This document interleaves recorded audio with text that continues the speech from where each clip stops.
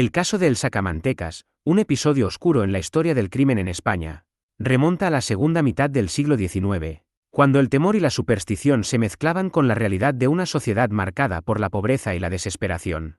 En 1870, las calles de Vitoria y otros pueblos del norte de España se convirtieron en el escenario de una serie de hechos que estremecieron a la población. La historia comienza con la desaparición de varias personas en circunstancias misteriosas. En un tiempo en el que la comunicación era lenta y los registros escasos, los rumores comenzaron a extenderse como el fuego. Las desapariciones, en su mayoría de mujeres y niños, parecían no seguir un patrón claro al principio, pero poco a poco, el miedo fue tomando forma. Se decía que los cuerpos encontrados presentaban ciertas irregularidades que desafiaban toda lógica y que alimentaban la idea de un propósito siniestro detrás de los hechos. Los relatos que circulaban entre los habitantes hablaban de un hombre desconocido, alguien que merodeaba por los pueblos con una actitud inquietante. Nadie sabía exactamente de dónde venía ni qué intenciones tenía, pero las coincidencias eran demasiado numerosas para ignorarlas. La gente, presa del miedo, comenzó a cerrar sus puertas al caer la noche, y los caminos quedaron desiertos por el temor a un peligro invisible pero inminente. Las autoridades, presionadas por el creciente temor en la comunidad, comenzaron a investigar, aunque con herramientas rudimentarias y pocas pistas concretas. Sin embargo, una serie de coincidencias y testimonios dispersos empezaron a apuntar a un individuo cuya presencia en las localidades afectadas no pasaba desapercibida. Su nombre era Manuel Blanco Romasanta, un hombre con una vida errante y un pasado envuelto en sombras. Se decía que era un viajero frecuente, que se ganaba la vida como comerciante ambulante, pero que su comportamiento despertaba sospechas entre quienes lo conocían. A medida que las pesquisas avanzaban, se descubrió que Romasanta tenía una conexión directa con varias de las personas desaparecidas.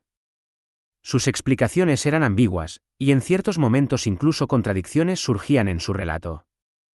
Fue entonces cuando la comunidad y las autoridades comenzaron a unir las piezas de un rompecabezas macabro. El terror alcanzó su punto máximo cuando se reveló la motivación detrás de los crímenes. En una época donde las creencias en remedios y prácticas tradicionales estaban a la orden del día, se decía que la grasa humana tenía propiedades especiales y que podía ser utilizada con diversos fines.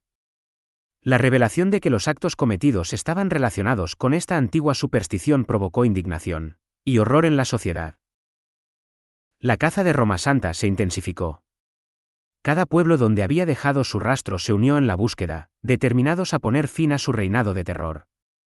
Finalmente, fue capturado y llevado ante la justicia. Su juicio se convirtió en un acontecimiento sin precedentes.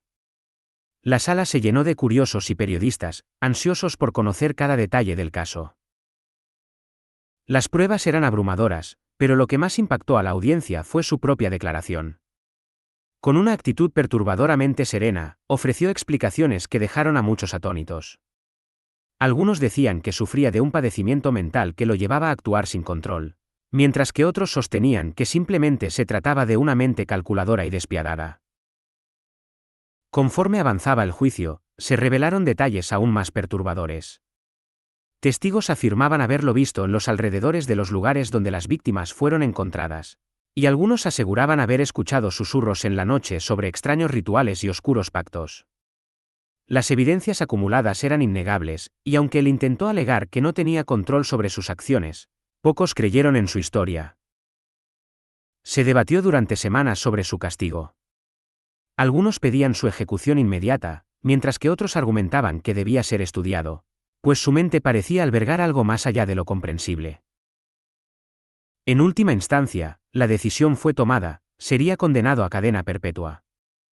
Sin embargo, su historia no terminó ahí. Se dice que en sus últimos días en prisión, murmuraba palabras enigmáticas, confesiones a medias que dejaban más preguntas que respuestas. Finalmente, el veredicto fue contundente. La justicia debía prevalecer, y así se dictó la sentencia que pondría fin a su historia.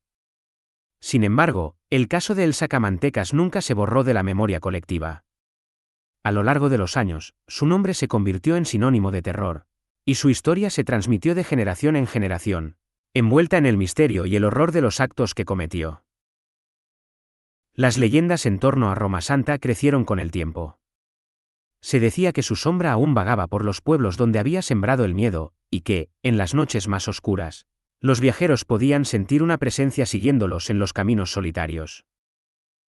Algunos aseguraban haber encontrado escritos suyos escondidos en viejas casas abandonadas, notas que relataban su obsesión con los rituales y sus creencias en antiguas fuerzas que lo impulsaban a actuar.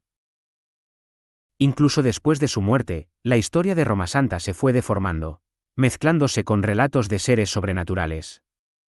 Algunos aseguraban que no había sido un simple criminal, sino que estaba poseído por algo más, una entidad oscura que lo empujaba a cometer sus crímenes. Otros sostenían que su espíritu nunca abandonó la tierra, condenado a vagar eternamente como castigo por sus actos. Hoy en día, el caso sigue siendo objeto de análisis y especulación. ¿Fue Manuel Blanco Roma Santa un ser impulsado por fuerzas fuera de su control, o simplemente un individuo que utilizó el miedo y la superstición para sus propios fines?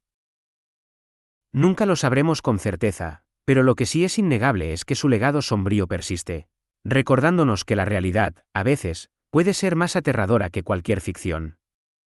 Su historia es un recordatorio de cómo el miedo puede apoderarse de una sociedad y cómo la línea entre la superstición y la verdad puede volverse peligrosamente difusa. Incluso ahora, en las regiones donde ocurrieron sus crímenes, aún se cuenta su historia junto a las hogueras, con el eco del viento transportando su nombre como un susurro en la noche.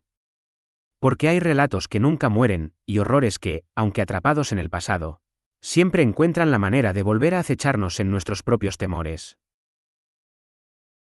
Hay quienes juran que, en ciertos parajes solitarios, aún pueden escucharse susurros en la brisa, como si una presencia invisible aún reclamara su lugar en la historia.